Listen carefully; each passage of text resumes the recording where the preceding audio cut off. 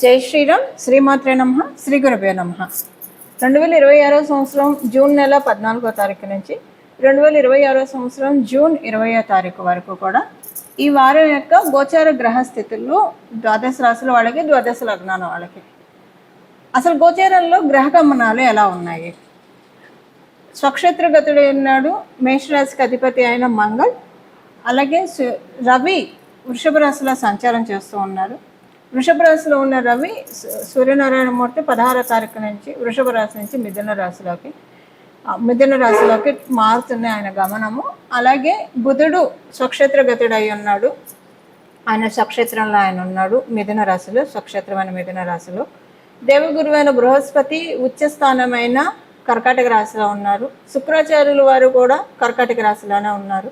దేవగురువు దైత్యగురువు ఇద్దరు కూడా ఒకటే రాశిలో ఉన్నారు. కేతు భగవానుడు సింహరాశిలో ఉన్నాడు. కుంభరాశిలో రాహు భగవానుడు ఉన్నాడు. శని మహారాజు మీనరాశిలో, ఆఖరిదైన మీనరాశిలో ఉన్నారు. తొందరగా ద్వాదశ రాశుల్ని అతివేగంగా చుట్టూ వచ్చే చంద్ర భగవానుడు ఈ వారము మిథున రాశి నుంచి సింహరాశి వరకు ఆయన సంచారం ఉంటుంది. ఈ గోచార గ్రహగతులను అనుసరించి ద్వాదశ రాశుల వాళ్ళకి, ద్వాదశ లగ్నాల వాళ్ళకి ఎలాంటి ఫలితాలు ఉంటాయి? అసలు ఈ వారము ఈ ఫలితాన్ని చూడడానికి ముందుగా ఈ వారం యొక్క గోచారంలో కొన్ని విశేషాంశాలు ఉన్నాయి. రెండు గ్రహాలు స్వక్షేత్రంలో ఉన్నాయి. అవేంటి? మేషరాశి అధిపతి అయిన మంగళ మేషరాశిలో సంచారము, అలాగే మిథున రాష్ట్రాధిపతి అయిన బుధ భగవానుడు ఆయన స్వక్షేత్రంలో ఆయన సంచారం. ఒక గ్రహం ఉచ్చ స్థానంలో ఉన్నది, గురు భగవానుడు ఉచ్చ స్థానంలో ఉన్నాడు. అలాగే స్వక్షేత్రంలో రాహు భగవానుడు కూడా స్వక్షేత్రంలో ఉన్నాడు. 3 గ్రహాలు స్వక్షేత్రంలో ఉన్నాయి. రాహు భగవానుడు గత కొంతకాలం నుంచి ఉన్నాడు. మళ్ళీ ఈ సంవత్సరం డిసెంబర్ వరకు కూడా ఆయన అక్కడే ఉంటాడు. తర్వాత ఆయన మారుతాడు రాశి. కుంభరాశికి అధిపతి శని మహారాజు, అలాగే రాహుదేవుడు, వీళ్ళిద్దరూ కూడా షేర్ చేసుకుంటారు. అలా ఇప్పుడు కుంభరాశిలో రాహు భగవానుడు సంచారం సాగుతుంది. ఇది చాలా మంచి ట్రాన్సిట్. ఎందుకంటే 3 గ్రహాలు స్వక్షేత్రంలో ఉండి అన్ని గ్రహాల్లోకి చాలా ముఖ్య భూమిక పోషించే దేవగురువైన బృహస్పతి కర్కాటక రాశి ఉచ్చ స్థానంలో సంచారము, అది కూడా దైత్య గురువు అయిన అసుర గురువైన శుక్రాచార్యులు వారితోటి కూడిన సంచారము కర్కాటక రాశిలో. ఇన్ని విశేషాంశాలు ఈ వారం ఉన్నాయి. ఈ విశేషాంశాలు ద్వాదశ రాశుల వాళ్ళకి, ద్వాదశ లగ్నాల వాళ్ళకి ఎలాంటి ఇంపాక్ట్ని సూచిస్తుంది ఈ విషయాన్ని మనం చూద్దాము. చాలా మంచిది ఇది. ఒక రకంగా చెప్పాలంటే, సింపుల్గా చెప్పాలంటే, ఒక మంచి అంటే అందరం కూడా ప్రశాంతంగా మన పనులు మనం చేసుకు వెళ్ళడానికి ఇది చక్కటి, ఇప్పుడు గోచారంలో ఉన్న గ్రహస్థితులు చక్కటి కర్టన్ రైజర్ అని చెప్పడంలో ఏమాత్రం సందేహం లేదు. ఇప్పుడు మనం ఒక్కొక్క రాశి వాళ్ళకి ఎలాంటి ఫలితాలు వస్తాయో చూద్దాం. కర్కాటక రాశి కర్కాటక లగ్నంలో పుట్టిన వాళ్ళకి మనకి ఈ జాతక చక్రంలో కొన్ని వందల యోగాలు ఉన్నాయి. వాటిల్లో ఒకటి సింహాసన యోగం. ఇప్పుడు సింహాసన యోగం మీకు చాలా చక్కగా ఉంది. 10వ దశమాధిపతి దశమ స్థానంలో ఉండడం, మంగళ్ దశమ స్థానంలో సంచారం చేస్తూ ఉన్నాడు. మంగళ్ దశమాధిపతి అవుతూ దశమ స్థానంలో సంచారం చేయడం మీకు పరిపూర్తి రాజయోగాన్ని ఇచ్చేది కూడా మంగళే అవ్వడం వల్ల మీకు చాలా సెక్యూర్డ్గా అనిపిస్తుంది. మీరు ఉద్యోగం చేస్తూ ఉంటే మీ పొజిషన్ పెరుగుతుంది. మీరు వ్యాపారం చేస్తూ ఉంటే మీ వ్యాపారం చాలా కాంక్రీట్ అవుతుంది. ఇప్పుడు మనకు ఒక ఫౌండేషన్, ఒక మంచి బిల్డింగ్, మంచి పిల్లర్ తోటి మంచి బిల్డింగ్ కట్టుకుంటే దాన్ని ఎవరు ఏది వచ్చినా ప్రకృతికి కాపాడబడేట్టు బిల్డింగ్ కట్టుకుంటే మనం ఎంత ఒక 100 సంవత్సరాలు గ్యారంటీ ఉన్న బిల్డింగ్లో ఎంత ప్రశాంతంగా ఉంటామో, ఇక్కడి నుంచి ఈ వీక్ నుంచి మీకు ఇది ప్రారంభం అవుతుంది. కెరియర్ విషయంలో మీరు ఉద్యోగస్తులు అవ్వనండి, వ్యాపారస్తులు అవ్వనండి, మీ కెరియర్ విషయంలో మీకు చాలా స్ట్రాంగ్నెస్ ఉంటుంది. మీకు ఇంకా ప్రాబ్లం లేదు. మామూలుగానే కర్కాటక రాశి కర్కాటక లగ్నాల్లో పుట్టిన వాళ్ళకి చాలా ఇన్సెక్యూరిటీ ఉంటుంది. జాబ్ ఇన్సెక్యూరిటీ ఫస్ట్ నుంచి ఉంటుంది వాళ్ళకి. వ్యాపారం అయితే బాగుంటుంది యాక్చువల్గా కర్కాటక రాశి అంటే. మళ్ళీ మీ జన్మగ్రహ స్థితులను కూడా చూసుకోవాలి ఇక్కడ. వ్యాపారం అయితే అంత టెన్షన్ ఉండదు. బట్ ఇప్పుడు ఏంటంటే ఇద్దరికి, వ్యాపారస్తులకి ఉద్యోగస్తులకి ఇద్దరికీ కూడా చాలా బాగా ఉంది. మంచి అనుకూలమైన సమయంలో ఉన్నారు. మీ వ్యాపారం కాంక్రీట్ చేసుకోవడానికి కావచ్చు, లేదా మీ ఉద్యోగము కాంక్రీట్ అవుతుంది. ఇలా అంటే వృత్తిపరంగా అని చెప్పండి. వృత్తి అంటే ఇంకా ఉద్యోగం అవ్వచ్చు, వ్యాపారం అవ్వచ్చు. వృత్తిపరంగా మిమ్మల్ని మీరు స్ట్రాంగ్ అయ్యే విధంగా గోచారంలో మంగళ మిమ్మల్ని బ్లెస్ చేస్తూ ఉన్నారు. వివాహ ప్రయత్నాలు చేయాలనుకున్న వాళ్ళకి చక్కటి వివాహ ప్రయత్నాలు బాగా అవుతాయి. సంతానం కోసం ఎదురు చూసే వాళ్ళకి సత్సంతాన ప్రాప్తి, సంతానం యొక్క పురోభివృద్ధి చక్కగా ఉంటుంది. మీరు సంతానవతులు అయితే కనుక సంతానం యొక్క పురోభివృద్ధి బాగుంటుంది. విద్యార్థినులకి కూడా చాలా చక్కటి శుభ సమయంలో ఉన్నారు. ఇవి ఈ వారం యొక్క గోచార గ్రహస్థితుల ఫలితాలు కర్కాటక రాశి, కర్కాటక లగ్నాల్లో పుట్టిన వాళ్ళకి.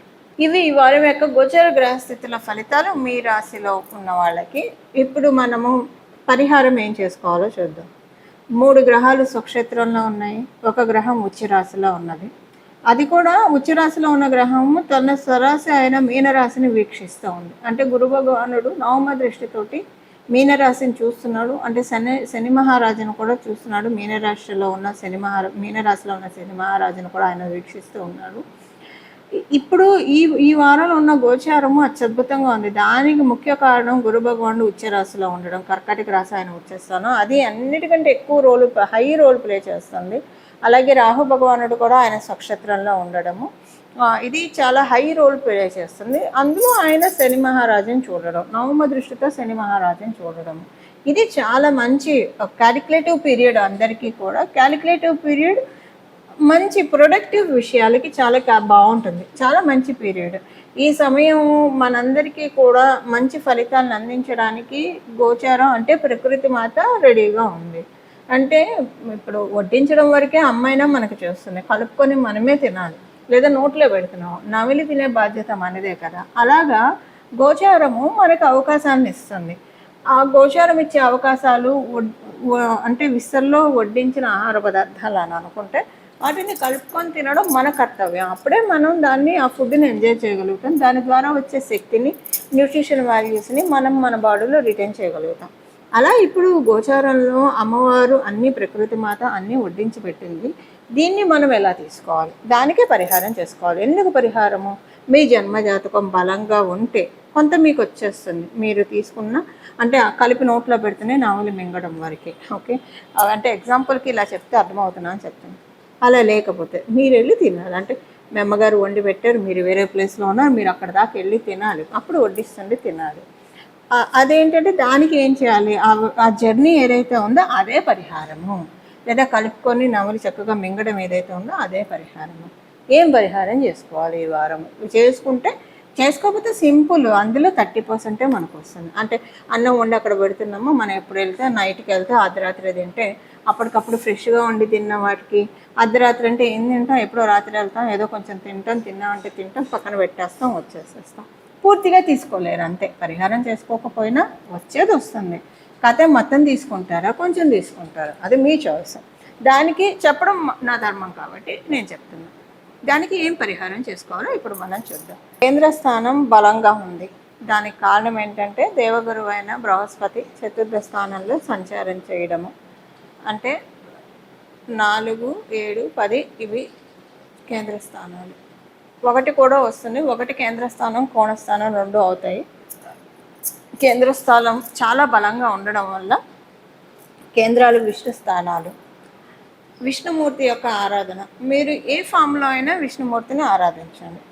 మరీ ప్రత్యేకించి ప్రతి ఉదయం లేస్తూనే దశావతారాల్ని, విష్ణుమూర్తి యొక్క దశావతారాల్ని మనసులో ఒక్కసారి అలా స్మరించుకుంటే కనుక చాలా మంచి ఫలితాలు వస్తాయి. ప్రతిరోజు కూడా నిద్ర లేస్తాం ఆయన యొక్క దశావతారాన్ని ఒక్కసారి స్మరించుకోవడం. మీకు కుదిరితే కనుక ఆ దశావతారాల్లో కూర్మావతారం ఎందుకు తీసుకోవాల్సి వచ్చింది, వరాహ అవతారం ఎందుకు తీసుకోవాల్సి వచ్చింది, ఇలాగ మొత్తం చెప్పుకుంటూ ఉంటే, మనసులో క్లుప్తంగా చెప్పుకుంటే కూడా చాలా మంచిది. అంత ఇది లేదు అనుకున్నప్పుడు దశావతారాన్ని, విష్ణుమూర్తి యొక్క దశావతారాన్ని స్మరించుకోండి. లేదా ఈ చిన్న మంత్రాన్ని, నామ మంత్రాన్ని జపించండి.